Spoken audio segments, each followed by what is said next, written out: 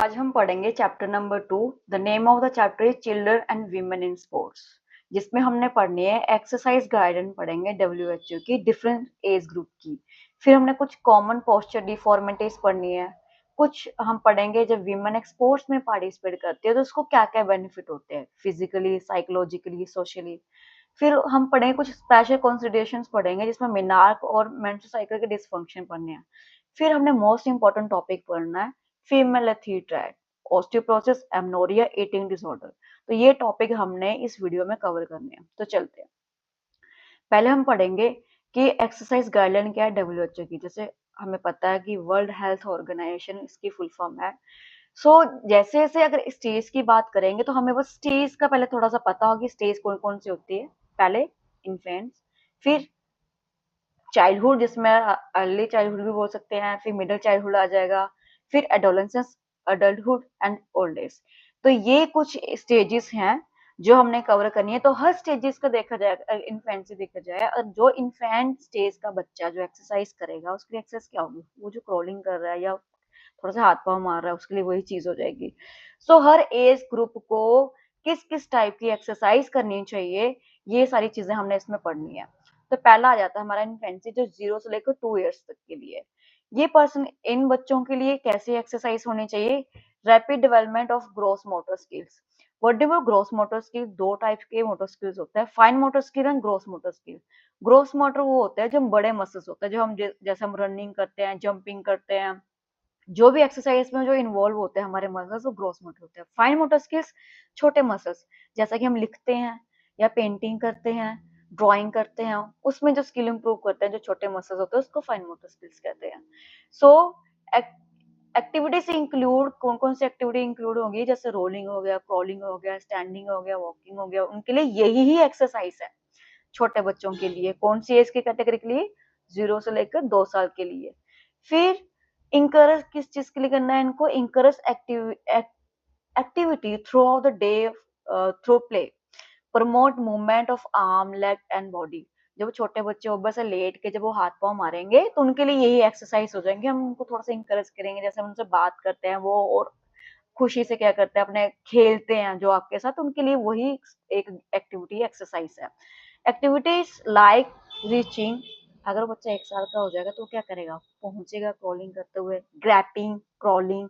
ये focus on head control and sitting और balance उस चीज पे रहेगा। Toddler should be active for at least 3 hours daily.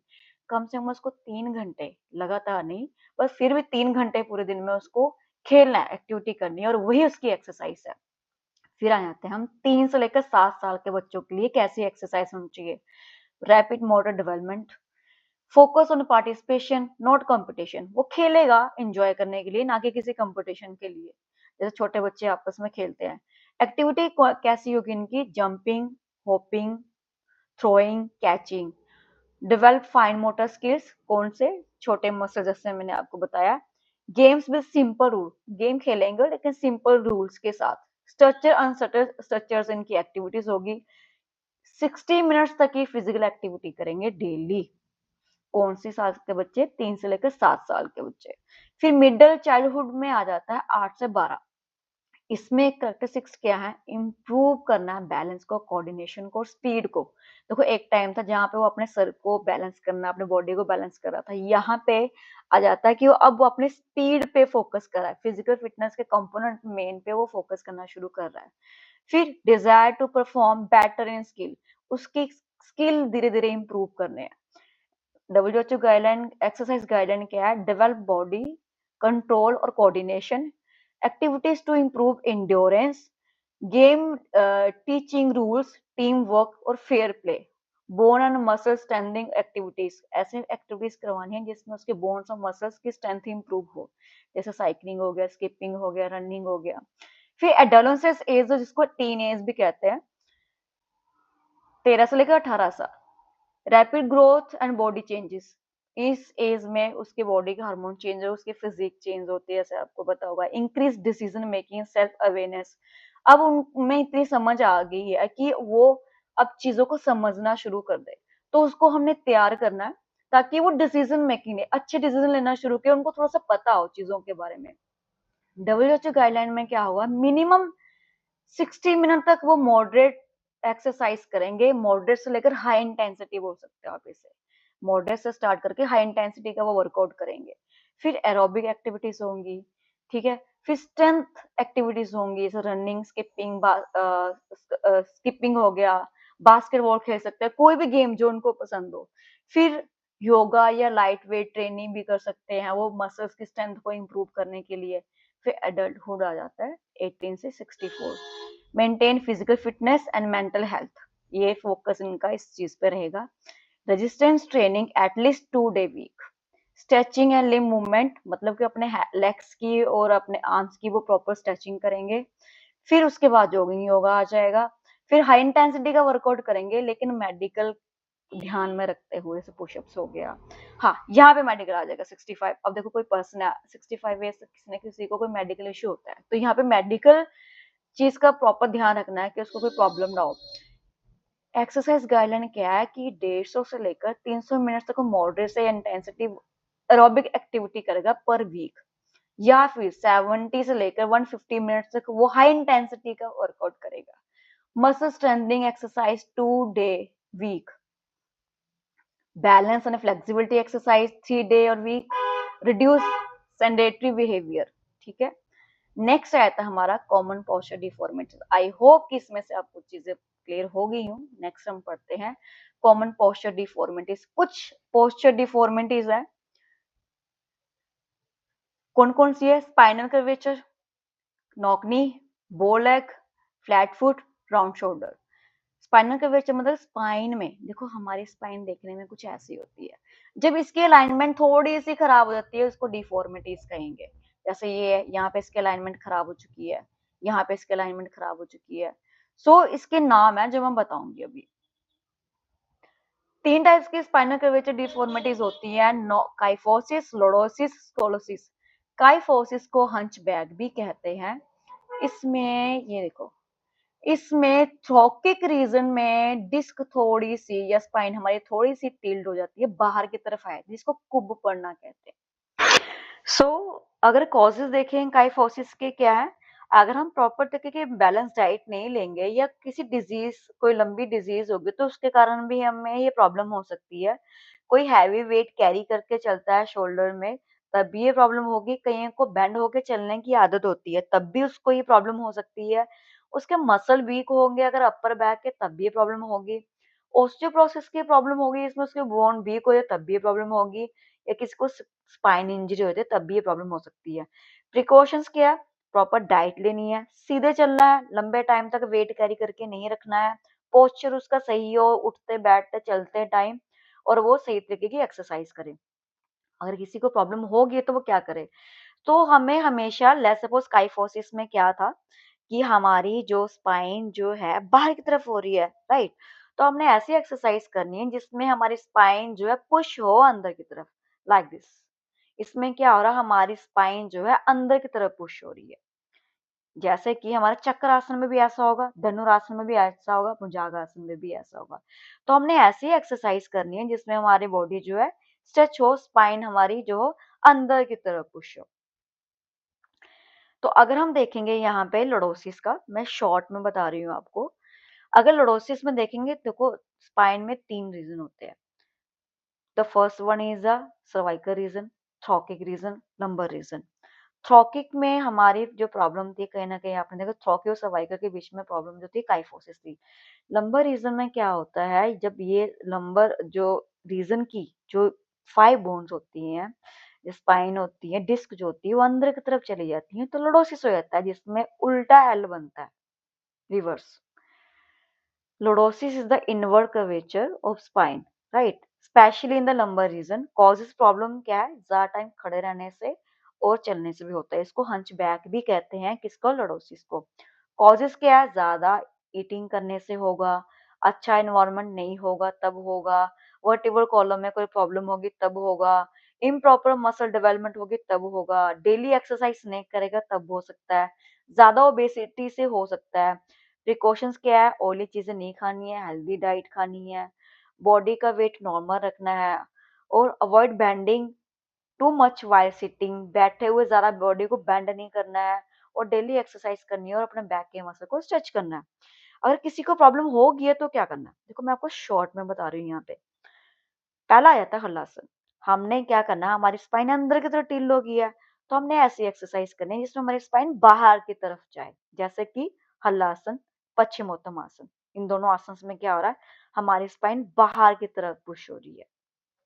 Right, आगे बढ़ते हैं हम।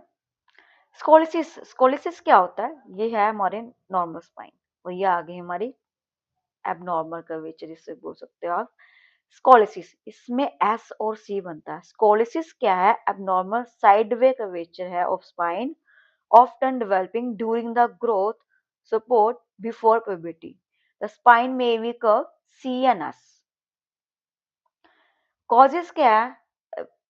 बर्थ डिफेक्ट और हेरिडिटी भी हो सकता है, या फिर किसी की एक लेग छोटी और बड़ी हो तब भी हो सकता है, किसी को एक पाँव में फ्लैट फुट है तभी भी हो सकता है, कोई एक साइड ज्यादा वेट कैरी करके चलता है शोल्डर पे, जो आज के बच्चों की और विमेन की जो नॉर्मल चीज है कि वन साइड वो ज्यादा वेट कैरी करके चलता है, तो उनको हो सकता है। और कोई पर्सन पैरालाइज हो गया एक साइड से उसका मसल, तो उसको भी हो सकता है। अगर उसका पोस्चर सही नहीं है चलते टाइम या बैठते टाइम या खड़े होते टाइम, तब भी हो सकता है। न्यूरोलॉजिकल एबनॉर्मलिटी इसमें की वजह से भी हो सकता है। तो प्रिकॉशंस क्या आ जाते हैं इसके, कि avoid walking, sitting and standing in bend position, keep the body straight while carrying the weight, avoid carrying weight in one hand for too long, right, और बैलेंस राइट करनी है। थर्ड वन आ जाता है हमारा राउंड शोल्डर। ये आ गया हमारे normal alignment, और ये हमारी अलाइनमेंट जो बॉडी की थोड़ी सी टिल्ट होगी है, जिसको हम राउंड शोल्डर। राउंड शोल्डर में क्या होता है, हमारी ये बॉडी आगे की तरफ बेंड हो जाती है। पढ़ते हैं ये होती क्या और क्या है चीज। Posture deformities where the shoulder are down forward, causing in head and chin to extend forward.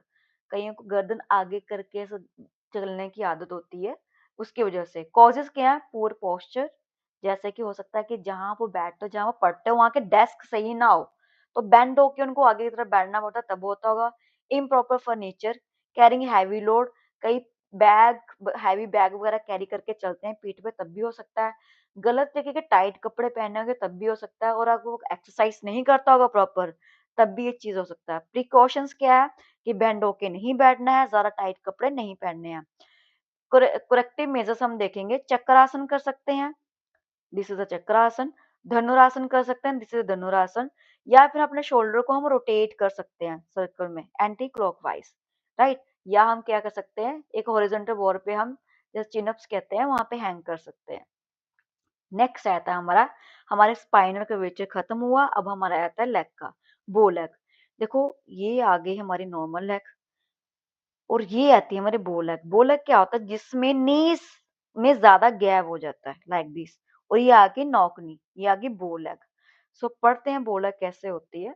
बो लेग क्या होती है, जिसमें बहुत ज्यादा गैप पड़ जाता है और पाँव ना जुड़ जाते हैं। यहाँ पे अभी पिक्चर में आप कोई देखोगे, ये पाँव ज्यादा पास में आ जाते हैं और नीज ज्यादा दूर चली जाती है, तो बैलेंस नहीं हो पाता। जैसे नॉकनी में क्या हो रहा है, पाँव दूर चले गए हैं, नीज पास में आ गई है, यहाँ पे भी बैलेंस नहीं हो पाएगा।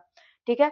कॉजेस क्या है, विटामिन डी की डेफिशिएंसी से हो सकता है, कैल्शियम की डेफिशिएंसी से हो सकता है, कोई ज्यादा मोटा इंसान हो गया तब ये चीज हो सकती है, और छोटे बच्चे को अर्ली एज में चलने के लिए बोलोगे तब भी प्रॉब्लम हो जाएगी। प्रिकॉशंस क्या है, बैलेंस डाइट लेनी है, और छोटे बच्चों को अर्ली एज में चलने के लिए फोर्स नहीं करना है।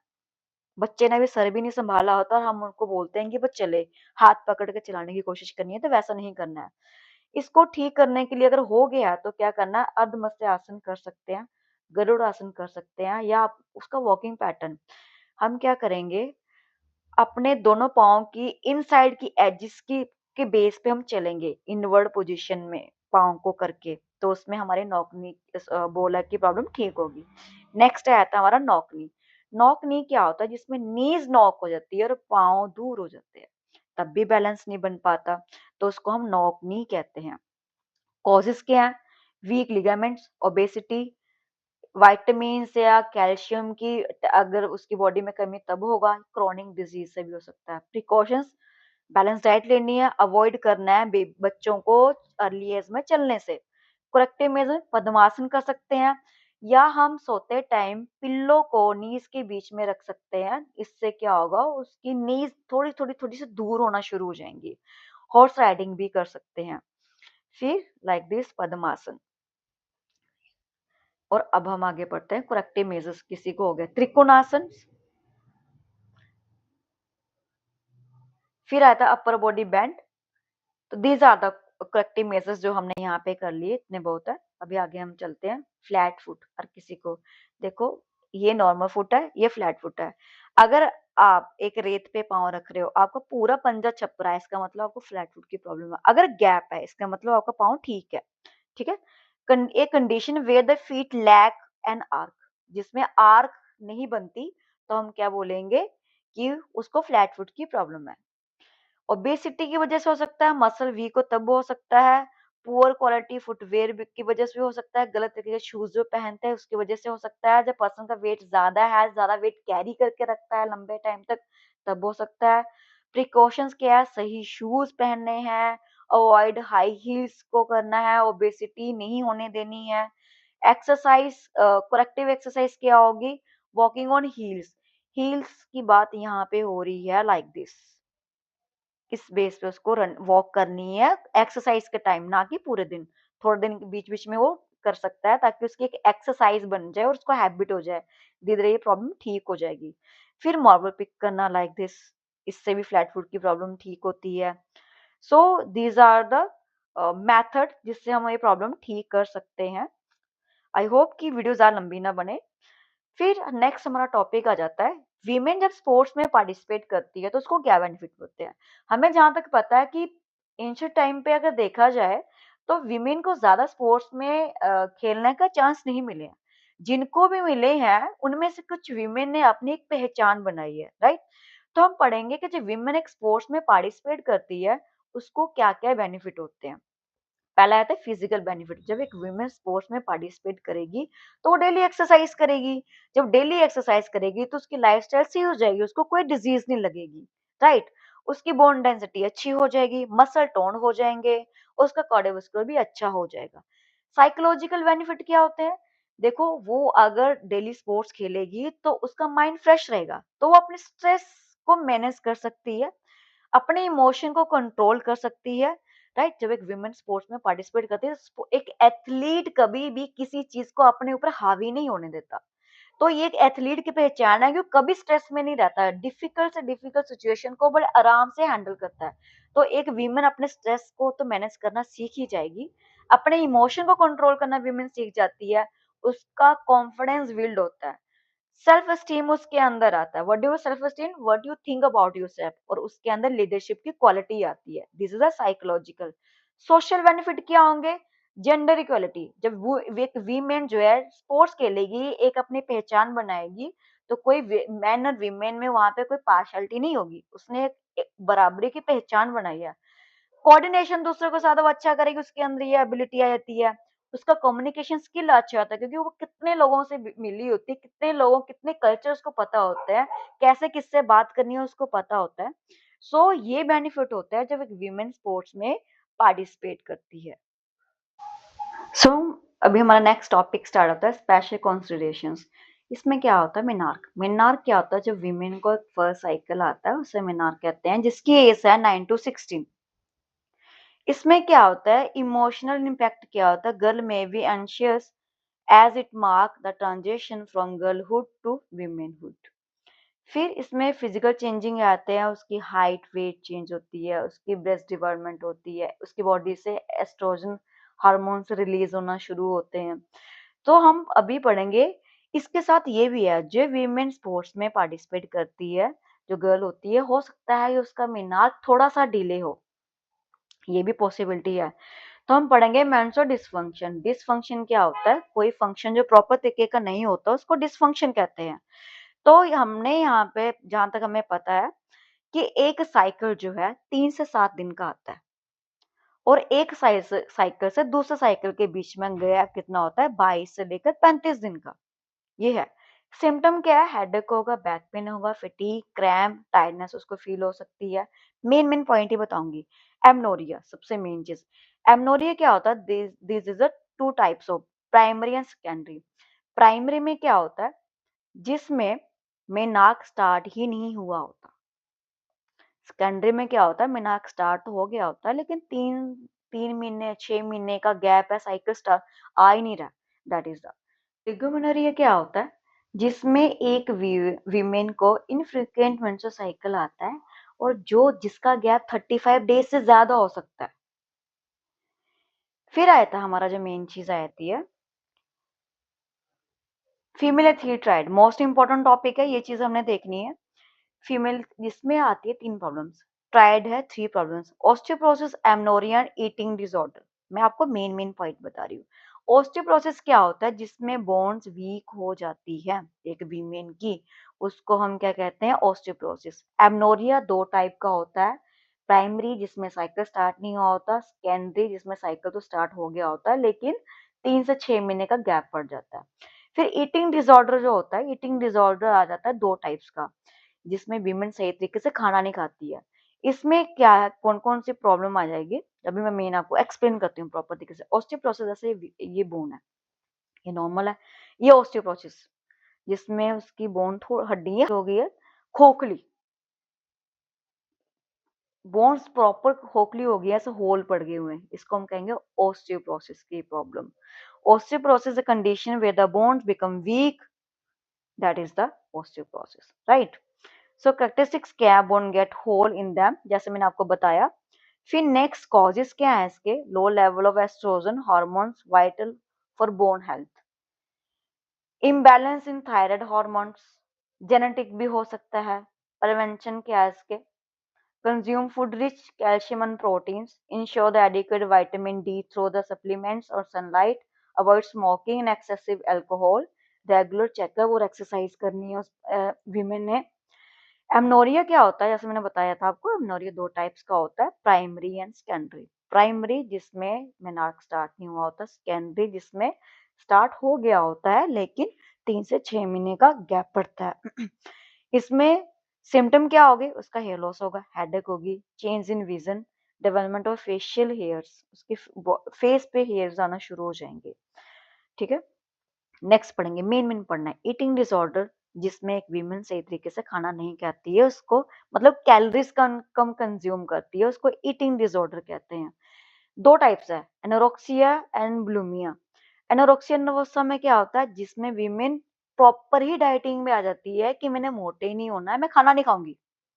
अब एक विमेन प्रॉपर तरीके से बैलेंस डाइट नहीं ले रही है, तो वो विटामिन नहीं ले रही है, कार्बोहाइड्रेट नहीं ले रही है, प्रोटीन नहीं ले रही है, कितनी सारी चीजें मिस करने के कारण उसके बॉडी का फंक्शन ही पूरा बिगड़ जाएगा। ब्लूमिया में क्या होता है, विमेन खाना तो खा लेती है अच्छे से लेकिन उसको फील होता है, दिस इज साइकोलॉजिकल डिसऑर्डर, उसको फील होता है कहीं मैं मोटी ना हो जाऊं तो वो वॉमिटिंग कर देगी, दैट इज द ब्लूमिया नर्वोसा। तो ये मोस्ट इंपॉर्टेंट टॉपिक है फीमेल एथलीट ट्रायड, जिसमें 3 प्रॉब्लम्स आती हैं वीमेन को, ऑस्टियोपोरोसिस जिसमें उसकी बोन्स वीक हो जाती है, एमनोरिया जिसमें उसका साइकिल के लेके प्रॉब्लम आती है, ईटिंग डिसऑर्डर जिसमें प्रॉपर तरीके की डाइट फॉलो नहीं कर पाती। तो ये 3 प्रॉब्लम है जो एक वीमेन को आती है।